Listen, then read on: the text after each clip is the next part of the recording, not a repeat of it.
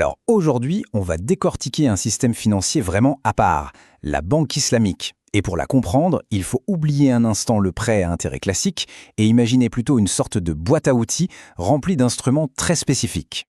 C'est un peu ça la grande différence. La finance conventionnelle, c'est souvent comme si on n'avait qu'un seul gros marteau pour tout faire, le prêt à intérêt. Efficace, mais pas toujours adapté. La finance islamique, elle, sort carrément la caisse à outils complète, avec un contrat différent pour chaque type de besoin financier. Voici comment on va explorer tout ça. D'abord, on va voir cette idée de boîte à outils, ensuite les 3 grandes familles de contrats qui la composent, puis on va zoomer sur les outils pour les rendements fixes et ceux pour les projets en partenariat. On verra comment choisir le bon outil pour le bon projet et on finira avec la grande idée derrière tout ça, le partage des risques. Allez, on commence par les fondations, le schéma directeur. Le principe fondamental, c'est de construire un système qui ne repose pas sur la dette et l'intérêt. Pour ça, tout est organisé en 3 grandes catégories de transactions. Et les voici, ces 3 catégories. D'abord, les contrats à but non lucratif pour l'entraide. Ensuite, les contrats d'échange, quand on cherche un rendement fixe et prévisible. Et enfin, les contrats participatifs pour se lancer dans des projets où le risque, mais aussi la récompense, sont partagés. Ce sont vraiment les 3 piliers du système. Penchons-nous maintenant sur la première catégorie d'outils, les contrats d'échange. On va voir comment ils permettent de faire des opérations à faible risque, toujours en lien avec des actifs bien concrets. La clé avec ces contrats, c'est que le profit est connu à l'avance, il n'y a pas de surprise. Pourquoi ? Eh bien parce qu'on ne prête pas de l'argent pour en recevoir plus tard. Non, on vend ou on loue un bien réel à un prix convenu.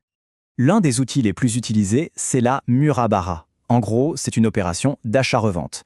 La banque achète un bien dont on a besoin et nous le revend avec une marge bénéficiaire, en toute transparence.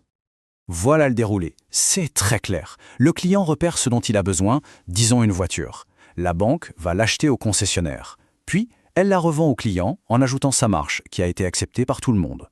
Le client rembourse ensuite par mensualité. La banque joue ici un rôle de commerçant, pas de prêteur d'argent.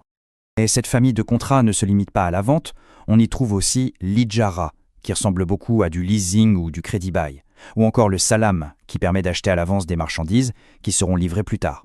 Le point commun, c'est toujours ce lien direct avec un bien ou un service tangible. Bon, on a vu les rendements fixes et prévisibles. Maintenant, attention, on change complètement de logique. On passe aux outils faits pour les projets en commun, les aventures partagées, les contrats participatifs. Et c'est là qu'on touche vraiment au cœur de la philosophie de la finance islamique, le partage du risque. Ici, la banque change complètement de casquette. Elle n'est plus un vendeur, elle devient un partenaire, un investisseur. L'exemple parfait, c'est la musharaka. Imaginez, un entrepreneur a une idée. La banque apporte une partie des fonds. Ils créent un projet ensemble. Si le projet est un succès, ils partagent les bénéfices. S'il échoue, eh bien, ils partagent les pertes. Ils sont littéralement dans le même bateau. Et ce tableau résume tout ça à la perfection. D'un côté, les contrats d'échange, tout est fixé d'avance, le rendement est connu, le risque est faible. La banque est un vendeur. De l'autre, les contrats participatifs, là c'est l'incertitude, le rendement est variable, le risque est partagé et la banque devient un partenaire à part entière. D'accord, la théorie c'est bien, mais en pratique comment ça marche ? Comment est-ce qu'on choisit le bon outil dans cette fameuse boîte quand on a un besoin de financement ?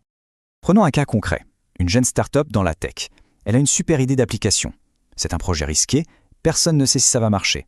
Mais si ça marche, le potentiel est énorme. Alors quel est le bon outil pour ce genre de pari ? Eh bien, c'est clairement un contrat participatif comme la musharaka. C'est l'outil parfait. Le succès de la banque est directement lié à celui de la start-up. Leurs intérêts sont parfaitement alignés. Maintenant, un scénario complètement différent. Une usine qui tourne bien établie, elle a juste besoin d'un coup de pouce pour acheter des matières premières et honorer une grosse commande. Le risque est très faible. Quel outil on utilise ? Ici, un contrat d'échange comme la murabara est bien plus logique. La banque achète les matériaux, les revend à l'usine avec une marge fixe et connue. C'est simple, prévisible et ça répond parfaitement aux besoins sans compliquer les choses. Et enfin, un dernier cas. Une personne fait face à une dépense imprévue, essentielle, une urgence. Ici, le but n'est pas de faire du profit, c'est simplement d'aider. C'est là qu'intervient la 3e catégorie d'outils, les contrats à but non lucratif. Par exemple, un prêt bienveillant.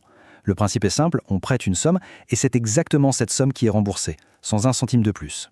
C'est la dimension sociale de la boîte à outils.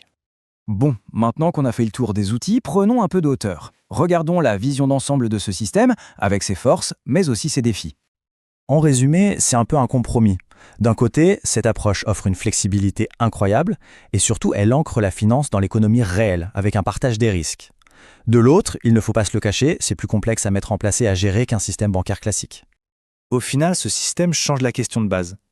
La question n'est plus combien est-il possible d'emprunter, mais plutôt quel est le besoin précis et quel est le meilleur outil, le plus juste pour y répondre. C'est une approche sur mesure. Et tout ça nous laisse avec une question assez vertigineuse. À quoi ressemblerait notre économie si le risque financier n'était plus concentré sur les épaules de l'emprunteur, mais était vraiment, structurellement, partagé entre toutes les parties prenantes ?